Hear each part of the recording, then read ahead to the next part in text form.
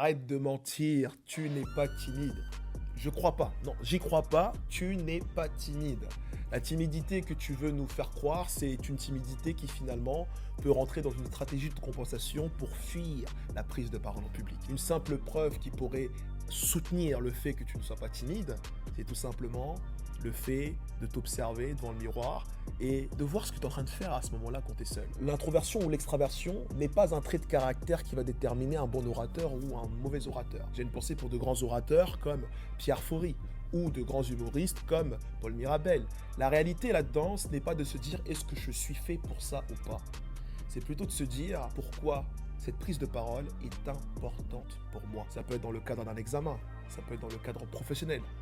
La simple problématique que tu dois y observer, c'est comment je vais utiliser les mots pour pouvoir arriver à mes fins.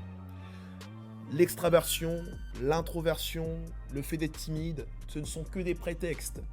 Le plus important, c'est ton objectif derrière. Et bien sûr, je veux, à travers cela, détruire une croyance fondamentale qu'il y a vis-à-vis de la prise de parole, qui est de penser que les grands orateurs sont des beaux parleurs. Non. La différence entre un beau parleur et un bon communicant, c'est une action. Parle pour transformer ton quotidien. Ne cherche pas à parler juste pour bien parler. Et là, tu verras très rapidement qu'il y aura de quoi faire des choses. Salut! Si toi aussi tu veux être un grand orateur et influencer avec les mots, commente influence et je t'écris tout de suite.